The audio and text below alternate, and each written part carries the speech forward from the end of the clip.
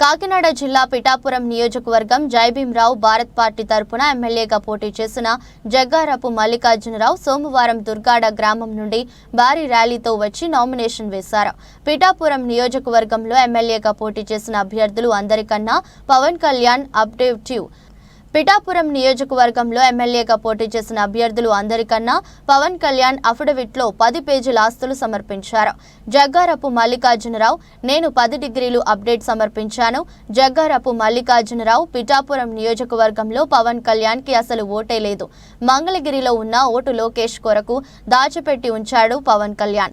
ఇక్కడ ఓటు లేని ఈ పవన్ కళ్యాణ్ ప్రజల్ని ఏ విధంగా ఓటు అడిగే హక్కు ఉంది అని నిలదీసిన జైభీంరావు భారత్ పార్టీ ఎమ్మెల్యే అభ్యర్థి జగ్గారపు మల్లికార్జునరావు. ఈ విషయాన్ని ముక్త కంఠంతో ప్రజల్లోకి మేము తీసుకువెళ్తాం. అందరికీ నమస్కారం. జైభీంరావు భారత్ పార్టీ తరఫున పిఠాపురం నియోజకవర్గం నుండి నేను ఎమ్మెల్యేగా పోటీ చేస్తున్న సంగతి మీ అందరికీ తెలుసు. దానిలో భాగంగా సోమవారం 22వ తారీఖున మొదటగా చాలా భారీ ఎత్తున ర్యాలీగా వచ్చి నామినేషన్ వేయడం జరిగింది. ఆ రోజు మొదటి సెట్ వేయడం, ఈరోజు మరొక 2 సెట్లు కూడా నేను సమర్పించడం జరిగింది. నిన్న పవన్ కళ్యాణ్ నామినేషన్ వేయటం, పవన్ కళ్యాణ్ నామినేషన్ను నేను కూడా నైట్ అఫిడవిట్ చూడడం జరిగింది. మిత్రులారా, పవన్ కళ్యాణ్ పిఠాపురం నియోజకవర్గంలో ఇప్పటివరకు ఎవరైతే ఈ పోటీలో ఉన్నారో వాళ్ళందరికంటే పవన్ కళ్యాణ్ 10 పేజీల ఆస్తుల వివరాలను ఎక్కువగా సమర్పించడం జరిగింది. పవన్ కళ్యాణ్ 10 పేజీల ఆస్తులు సమర్పిస్తే 10 డిగ్రీలను నేను ఈరోజు అఫిడవిట్ ద్వారా సమర్పించడం. డబ్బులు నిలుస్తాయో ఈ పోటీలో, చదువు నిలుస్తుందో ప్రజలే నిర్ణయించాలని ఈ సందర్భంగా మీడియా ముఖంగా పిఠాపురం నియోజకవర్గం ఉన్న ప్రజలందరినీ కూడా నేను కోరుకుంటూ ఉన్నాను. ఓటు పిఠాపురం నియోజకవర్గంలో ఓటు లేని ఈ పవన్ కళ్యాణ్, ఎక్కడో మంగళగిరిలో ఓటు లోకేష్ కోసం దాచుకుని ఈ పవన్ కళ్యాణ్ రేపు ఏ విధంగా ప్రజలను ఓట్లు అడగడానికి వస్తాడో మేము కూడా చూస్తాం.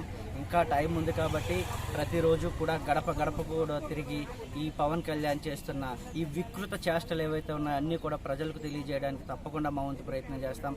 ఓటు లేని ఈ పవన్ కళ్యాణ్ ఎక్కడి నుండో వచ్చి ఆ ఓటు లోకేష్ కోసం దాచుకొని ఈ పవన్ కళ్యాణ్ ఏ విధంగా ప్రజలను ఓట్లు వేయమని అడుగుతాడో తప్పకుండా మేము కూడా ప్రజల్లోకి తీసుకుని వెళ్తాం. ఎక్కడో గృహప్రవేశం చేశాడంటాడు, ఎవరో గృహప్రవేశం చేసిన ఆల్రెడీ ఉన్న ఇల్లును మళ్ళీ ఈయన గృహప్రవేశం చేస్తే మరి ఓటు ఇక్కడ ఎందుకు తెచ్చుకోలేదని ప్రజల దగ్గరికి మేము తప్పకుండా వెళ్ళి తేల్చుకుంటాం. నాన్ లోకల్ నుండి ఎక్కడి నుంచో వచ్చిన పవన్ కళ్యాణ్ 10వ తరగతి చదివాను అని మాత్రమే చూపించుకుని 10 పేజీల ఆస్తులను మాత్రం చూపించుకుని ఈ పవన్ కళ్యాణ్ ఏ విధంగా ఈ పేద బడుగు బలహీన వర్గాల ప్రజలు ఉన్న ఈ పిఠాపురం నియోజకవర్గానికి వచ్చి గెలుస్తాడో మేము కూడా చూస్తాం. తప్పకుండా ప్రతి ఒక్క మిత్రుడిని కూడా ఓటు వేయమని మేము కూడా అభ్యర్థిస్తాం.